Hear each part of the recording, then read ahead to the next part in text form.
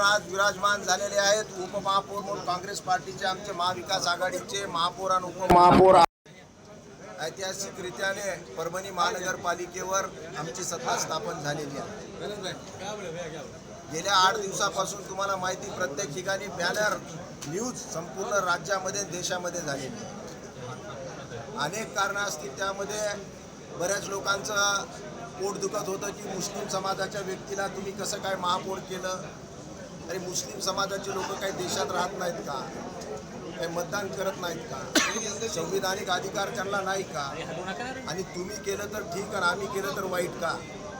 म्हणून आमच्या इथे एक उच्च शिक्षित चेहरा M.Com झालेला आहे, M.Tech झालेला आहे सॉरी, आणि कित्येक वर्षापासून शिवसेनेशी जुळलेला हा व्यक्ती आहे। म्हणून सय्यद इक्बाल असेल किंवा आमचे गणेश देशमुख असतील, दोन्ही युवा चेहरा देण्याचं काम आम्ही या निमित्त या महानगरपालिकेत केलेलं आहे। म्हणून जरी कोणाचं पोट दुखत असलं तरी सर्व समाजाला न्याय देण्याचं काम शिवसेनेनं आजपर्यंत केलं। वंदनीय बाळासाहेब ठाकरेच्या काळामध्ये सुद्धा मुस्लिम मिनिस्टर झालेले आहेत आपल्या इथे, साबीर शेख म्हणून क्रीडा मंत्री झालेले आहेत। आणि जे राष्ट्रवादी मुस्लिम आहेत ते आमच्याबरोबर आहेत, जे राष्ट्रावर प्रेम करणारे मुस्लिम आहेत ते शिवसेनेबरोबर आहेत।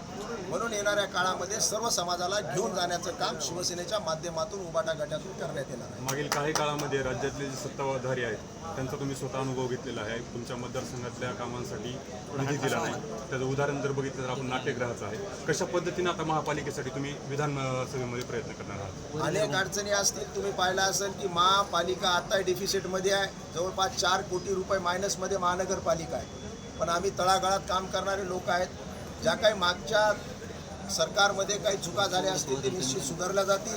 महानगरपालिकेचं इन्कम स्त्रोत आम्ही वाढवू, आणि जरी सरकार त्यांचं असलं तरी शेवटी जनता ही महाराष्ट्रातली आहे, आम्ही त्यांच्याकडे जाऊ।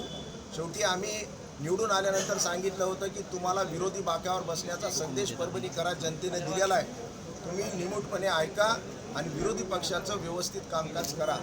पण ते सुद्धा न करत असताना शेवटच्या क्षणापर्यंत कुठं ना कुठं आमच्यामध्ये फाटाफूट पडते का, कुठं कोण हाताला लागतंय का, अशा प्रकारचं त्यांची काय रणनीती होती, पण ते साफ त्याच्यामध्ये फेल झालेले आहेत। आता त्या गोष्टीत मला इतिहासात जायचं नाही, समोर आम्हाला सर्वांना घेऊन विरोधी पक्षाला घेऊन सुद्धा महानगरपालिका अतिशय स्वच्छ, सुंदर, सुरक्षित आणि एक ज्याला देशामध्ये टॉपची महानगरपालिका करण्याचा आम्ही 100% प्रयत्न करतो। महापालिकेमध्ये हे तुमचे तिसरी ते चौथी टर्म आहे, आता उपमहापौर पद मिळालेलं आहे। कशा पद्धतीनं परभणीच्या विकासासाठी नक्कीच गेले 2 टर्म बघितल्यानंतर नगरसेवक या पदावर काम करताना त्या गोष्टीचा अनुभव या ग्राउंड लेवलला ज्यावेळेस आले तर त्या गोष्टीची कुठेतरी पूर्तता आपल्या उपमहापौर पदी ज्यावेळेस आज जो चार्ज घेतला आहे तर त्यानिमित्ताने मी खरंच सांगतो की नगरसेवक काय काम करतो आणि काय काम करू शकतो हे उपमहापौर पद भेटल्यानंतरच मी आता तुम्हाला या विकास आराखड्याशी जुळवून दाखवेल।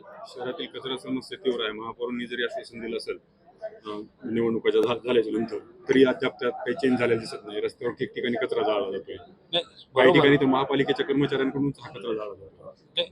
आता काय व्हिडिओ बनवणारे असतात त्याला कोणी काही विरोध करू शकत नाही, पण एक सांगतो की कचरा गाड्याचा जो प्रश्न जो आहे प्रलंबित तो महानगरपालिकेच्या मार्फतच आम्ही आता ज्यावेळेस आता पद घेतलं तर आम्ही तुम्हाला 100% 1 ते 2 दिवसामध्ये परभणी शहरातील जेवढा बी कचरा आहे तो संकलन करू आणि त्याची कुठे आम्ही ज्या डम्पिंग ग्राउंडवर तिथं विल्हेवाट लावण्याचा आम्ही 100% प्रयत्न करणार। आणि प्रथमतः आम्ही ज्यावेळेस महापौर असेल किंवा उपमहापौर असेल तर 100% परभणीला स्वच्छता करण्याच्या प्रयत्नावर आम्ही भर देणार।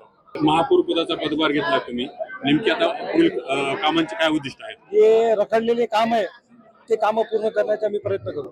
शहरातील कचऱ्याची समस्या आहे, स्ट्रीट लाईटची समस्या आहे, सगळ्यात अगोदर आम्ही कचऱ्यावर आमचं लक्ष आहे, त्याच्यावर आम्ही लक्ष घालणार आणि सगळे वार्ड आम्ही नीट अँड क्लीन करणार। ते बी आमची आता चालू झालेले काम या महापालिकामध्ये येणे अगोदर आम्ही काम सुरू केलेले। सगळ्या ASला बोललो की जी आता येणारी शिवजयंती आहे त्यामध्ये आम्हाला सगळं city clean NEET and clean पाहिजे। कुठल्या विकास कामांना प्राधान्य देणार आहे? सगळे जे मूलभूत जे महानगरपालिकेमधले जे आहे ना, लहान पासून ते वृद्ध लोकांना जे मूलभूत सुविधा महानगरपालिकेपासून आहे ते सगळ्यांना देण्याचा प्रयत्न करतो। महापौरच्या पहिल्या पदावर बसलात, कोणत्या फाईलवर सही करणार पहिले? जी फाईल येते त्याच्यावर करणार आता आपल्या राज्यामध्ये ठिकठिकाणी कचऱ्याचं साम्राज्य साचलेलं आहे. काय नेमकं आता महापौर म्हणून बस विराजमान झाले तुम्ही, प्रामुख्याने आम्ही कचऱ्याचा प्रश्न कधी जे सोडवणार? कॉन्ट्रॅक्टरदारांना त्यांना बोललेलं त्यांच्या महापालिकावर त्यांचे जे पैसे पेंडिंग आहे ते आम्ही त्याला व्यवस्थित बोलून त्यांना कॉन्फिडन्स मध्ये घेऊन आम्ही काम स्टार्ट करणार आहोत. शिवसेनेनं मुस्लिम महापौर बसवला म्हणून राज्यभर विरोध होत आहे. आता तर सोडून तुम्ही द्या काय ना, उत्तर नाही द्याल? ते विरोधाला आम्हाला काय उत्तर द्यायचं नाही, आमच्या कामातून आम्ही त्यांना उत्तर देऊ.